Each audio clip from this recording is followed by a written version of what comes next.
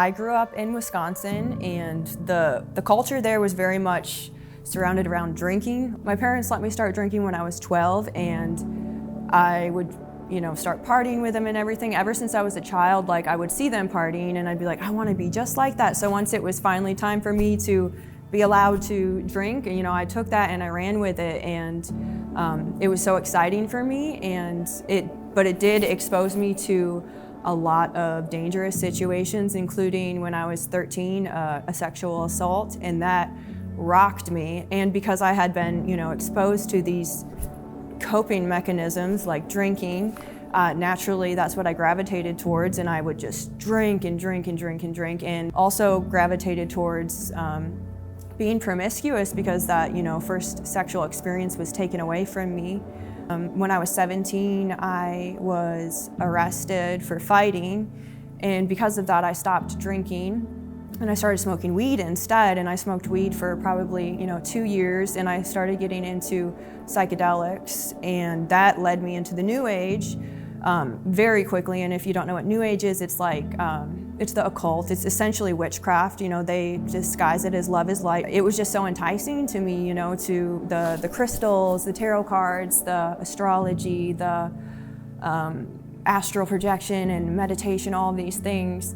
And also, being your own God essentially, and being able to manifest things. So I took that and I ran with it because I tried to kill myself, which was partially, a result of the sexual assault and a lot of other things. So when I was 21, I went through a bad breakup, and I decided to start going back to school. And because of this mindset of kind of being scared to go back to school, I decided to become what I called a yes man. So if anybody asked me to do something, I would just say yes. And I never would have thought that I would, at this point in my life, ever thought I would try cocaine. But I was, living with a roommate at the time, and she offered me cocaine, and I was like, well, I am the yes man, so I guess I'm gonna do that. Well, that ended up really crazy. I couldn't function. I would call into work. It was bad. And so I stopped going to school, and I stopped using cocaine for a little bit, but then somebody else started working with me, and she, offered it, and I was like, okay, I guess I'm gonna do that. And then bam, it got really bad. I couldn't stop thinking about it. I wanted to use it all the time. I would do anything to get it. And it got to the point where I was at a drug dealer's house, and I literally jumped off of a balcony 15 feet in the air in Wisconsin in January because cops were at the door. It turned out to be a noise complaint. I thought it was a drug bust, but I literally broke both of my feet. And man, after I broke my feet, I couldn't work doing what I was doing anymore because I was a caregiver, and I had to take care of people who were in wheelchairs, but then I had to get carried to the bathroom and all those things. And because I wasn't able to make money caregiving and I wanted to do drugs, I decided, what, I think I'm just gonna, I'm living, my boyfriend's living with me here, I'm gonna start making porn. And that was in January 2019, and I did that for probably 2.5 years, and that it was so dark, and I was so lost, and I got so depressed that I wasn't even brushing my hair or anything. My hair got dreaded literally to my head. It was insane. I had to cut all of my hair off. By September 11th that year, I was living in a motel, and I, checked myself into a mental health facility, and I just didn't know what to do anymore.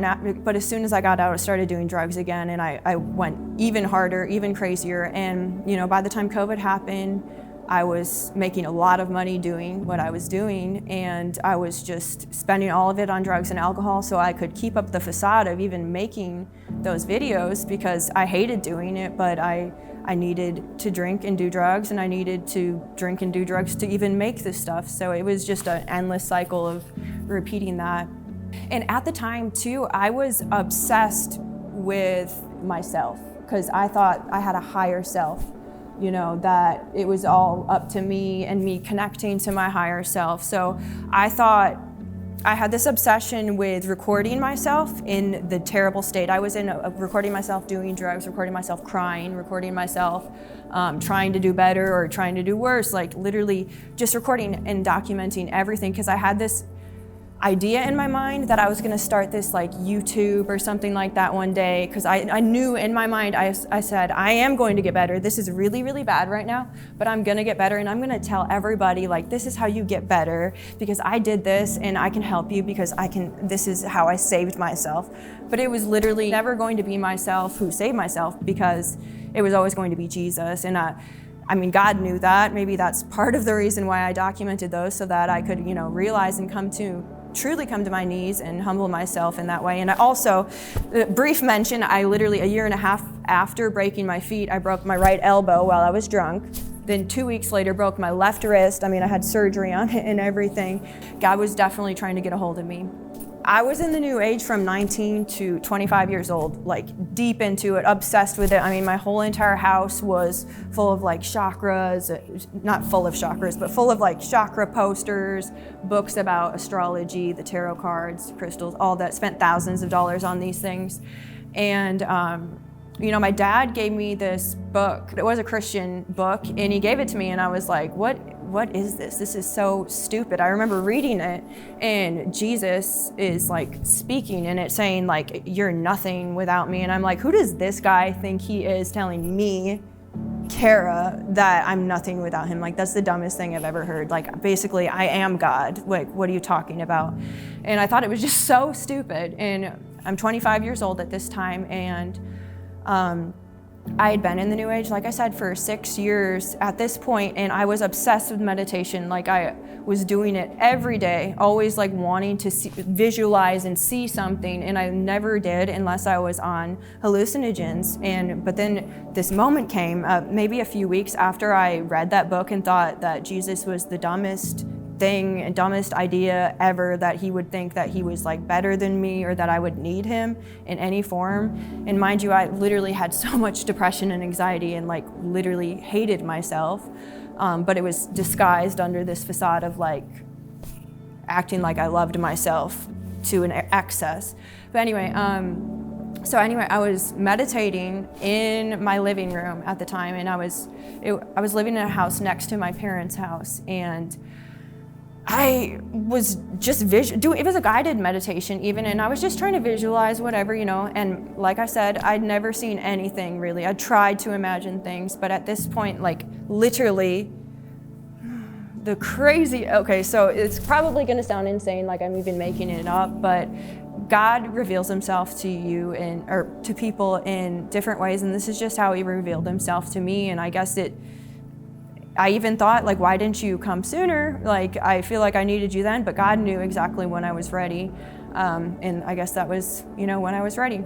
But I was meditating, and I had my eyes closed. I was sitting in my living room, and all of a sudden I just see Jesus, literally Jesus, and he's just standing in front of me, and he doesn't say anything, and he just hugs me, and that's it, like literally. And mind you, like I'm saying, I tried so hard for the longest time. I wanted to visualize things while meditating, and then all of a sudden, like Jesus, the person I thought was the dumbest thing I ever heard of, is right in front of me with my eyes closed. My eyes are flooding with tears, because it wasn't just seeing him like, oh, he's real. It was like I experienced and felt the love that I had been searching to fill this void inside of myself my entire life, with drugs, alcohol, men, women, like cigarettes, vaping, all of the things, literally with anything, with money.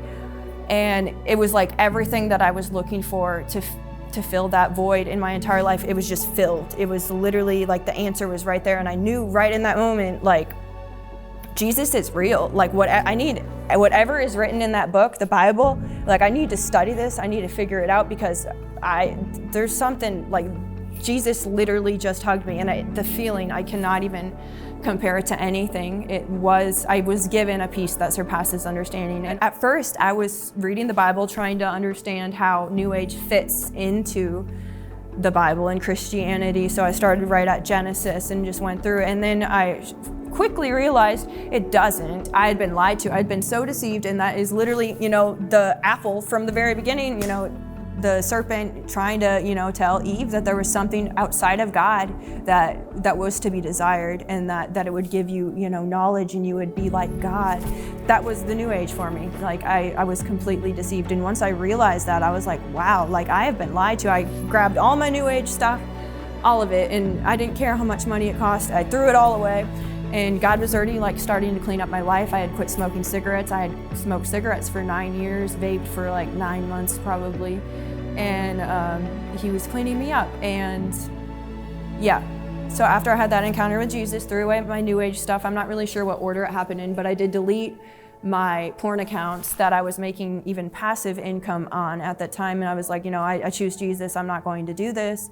And man, like, the medications that I was on for over 10 years, like I said, at one point it was over 4 medications. I stopped taking all of them over time, and I don't have depression and anxiety anymore. Like I have the joy of the Lord, and I have literally so much freedom and like freedom from the shame. I like to be forgiven. Because I mean, at first it was hard to even forgive myself for the things I'd done. I knew that I was doing terrible things. I had hurt so many people.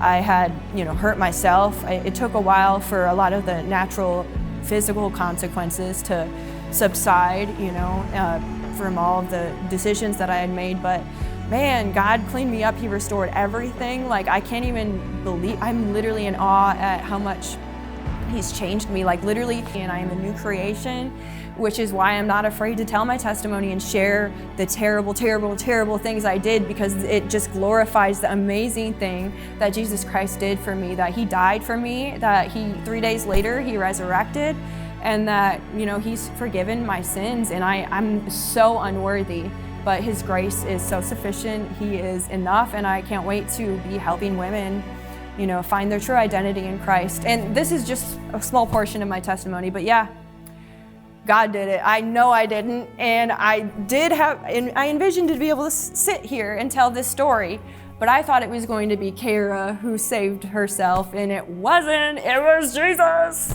I love Jesus. Bye, guys.